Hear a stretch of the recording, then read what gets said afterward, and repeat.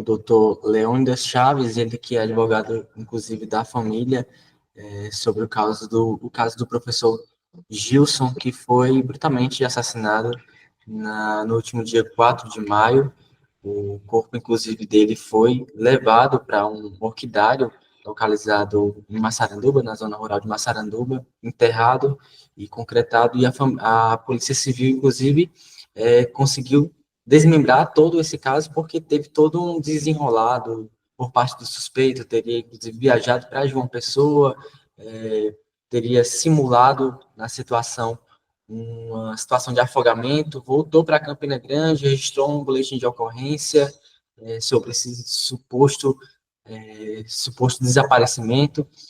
Doutor, conta para a gente quais as informações que você, como advogado, e de fato a família tem diante desse caso. Bom dia. Olá, bom dia. De fato, para nós, desde o princípio das informações preliminares trazidas pela pessoa do Técio, já se percebia que a conversa, por si só, não tinha tanta consistência, né? Que existia muita vulnerabilidade acerca de uma sustentabilidade em verdade. E, diante disso, desde já, eu quero aproveitar a oportunidade aqui para parabenizar a Delegacia de Homicídios, não só daqui de Campina Grande, na pessoa do doutor Ramírez, delegado, mas também na pessoa do doutor Tiago, delegado em João Pessoa, que desempenharam um papel extremamente ágil e fundamental na elucidação desse caso. Porque, assim, a família, de fato, foi pega totalmente de surpresa, principalmente quando essa pessoa se pronunciou como companheiro de Gilson. Porque praticamente esmagadora maioria de de amigos e familiares não conhecia Técio como companheiro de Gilson. Doutor, a gente fez algumas apurações aqui. Técio, ele mantinha uma vida muito tranquila, mesmo não tendo um vínculo empregatício, mas ele vivia uma vida muito tranquila. Isso se dava, por sua vez, em relação ao sustento, esse companheirismo com o professor Gilson? Diante, né, de conversações e de coisas que já chegaram até nós, Gilson ativamente, de forma financeira, participava em peso na vida do Técio, né? Ajudava-o das mais diversas formas, inclusive o veículo, né, que ele utilizou para transportar o corpo de Gilson após ter cometido esse crime, era o carro de Gilson, que estava sob posse dele. Então, assim, você percebe que Gilson foi uma pessoa que pagou pelo excesso de bondade, por talvez achar que existia uma reciprocidade ali verdadeira, mas que infelizmente só era da parte dele. Ele, inclusive, tinha alegado que já vivia há muito tempo com o professor Gilson, mas a família, de fato, desconhecia. Então, inclusive, estão nessa tramitação do velório, não é isso? Mas desconheciam essa relação por esse grande período de tempo. De fato, só existiria há pouco tempo esse relacionamento, não é isso? Assim, bem como eu destaquei anteriormente, familiares e amigos próximos não conheciam essa pessoa como companheiro de Gilson. Então, foi uma surpresa para muitos, principalmente diante de uma tragédia como essa.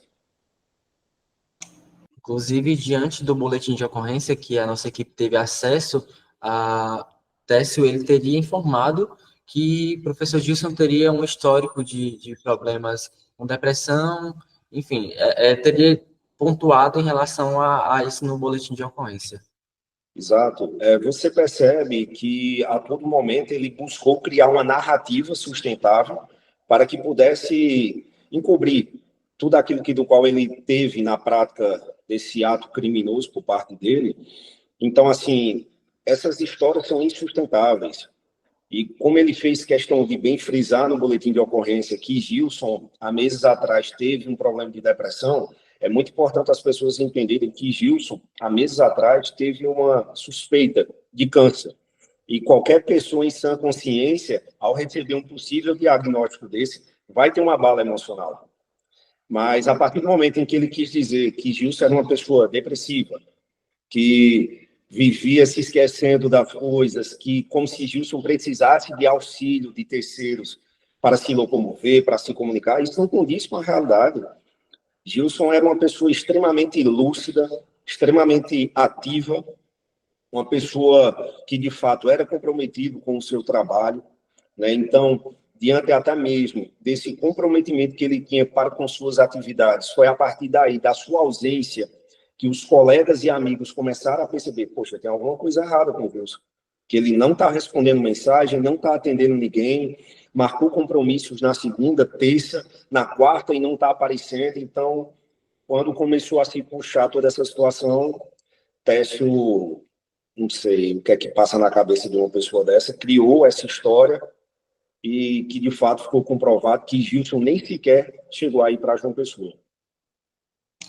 Doutor Leônidas, qual foi o momento que a família soube desse suposto desaparecimento do professor Gilson? Foi próximo ao dia do homicídio ou ele teria, em tese, viajado, teria voltado com essa informação e somente depois a família teria tido essa informação? Qual foi a pausa de tempo de uma informação até chegar na família, de fato?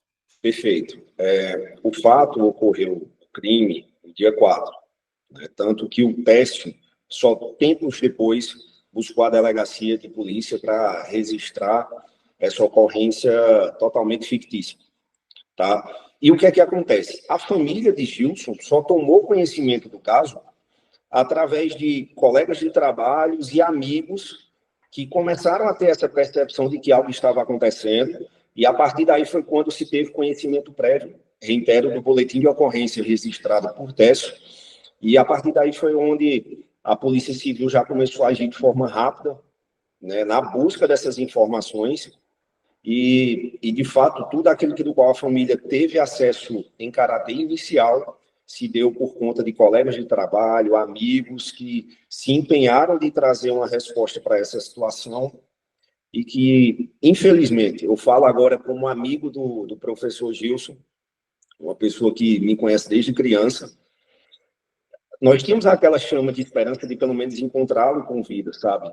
Então, isso era algo unânime no meio de todos nós. Por mais que já estivesse passando os dias, mas tínhamos aquela esperança de que poderíamos encontrá-lo com vida. E não concretado em um espaço que tanto ele gostava. Doutor, então, o suspeito, Técio, não informou para a família esse desaparecimento. Em nenhum momento ele buscou nenhum familiar de forma, vamos dizer, imediata, porque eu peço até desculpa interromper a fala do senhor, mas eu acredito que se você está num relacionamento, né, tão duradouro, tão extenso, eu acredito que você chega a ter conhecimento prévio dos familiares e os amigos mais próximos dessa pessoa. E algo que ficou em interrogação na cabeça de todos nós é, se Gilson desapareceu no domingo, né, como ele disse, em João Pessoa, por que não entrou em contato com os familiares, por que não buscou a mídia, sabendo ele que Gilson era uma pessoa pública, né, porque ele não tentou buscar familiares. Então, isso tudo ficou muito, assim, nebuloso, né? Então, acabamos tendo esse desfecho e que, de fato, a verdade prevaleceu. Um crime muito brutal, tendo em vista que foi muito premeditado cada passo que Técio estava fazendo, desde o homicídio no dia 4, desde o enterro dentro nesse orquidário, a concretação, a viagem para João Pessoa, a volta para Campina Grande, um crime muito articulado.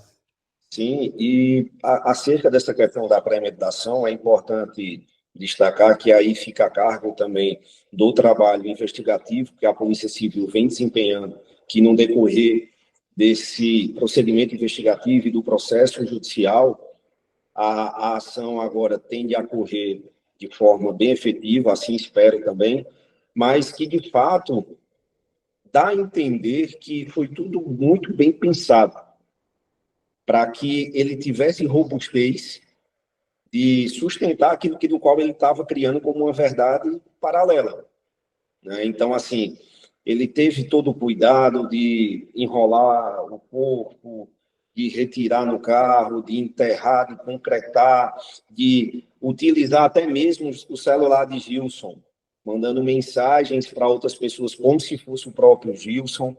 Então, ele buscou todos os meios possíveis que estavam disponíveis ao acesso dele para construir uma narrativa.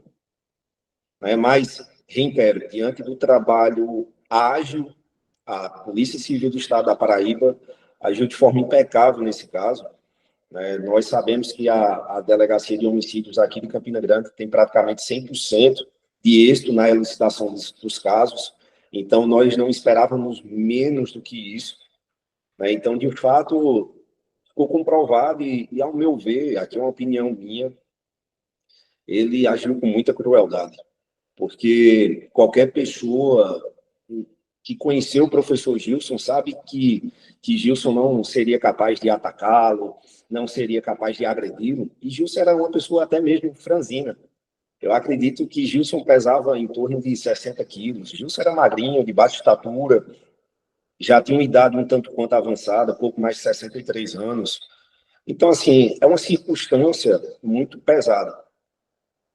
Mas acreditamos na justiça e contamos que em breve esse cidadão possa responder pelos crimes e que a justiça seja feita nesse caso. Doutor, sobre essa discussão que teria motivado o homicídio, a morte do professor Gilson, tem como o senhor falar em relação qual teria sido de fato a motivação? Teria sido alguma motivação financeira?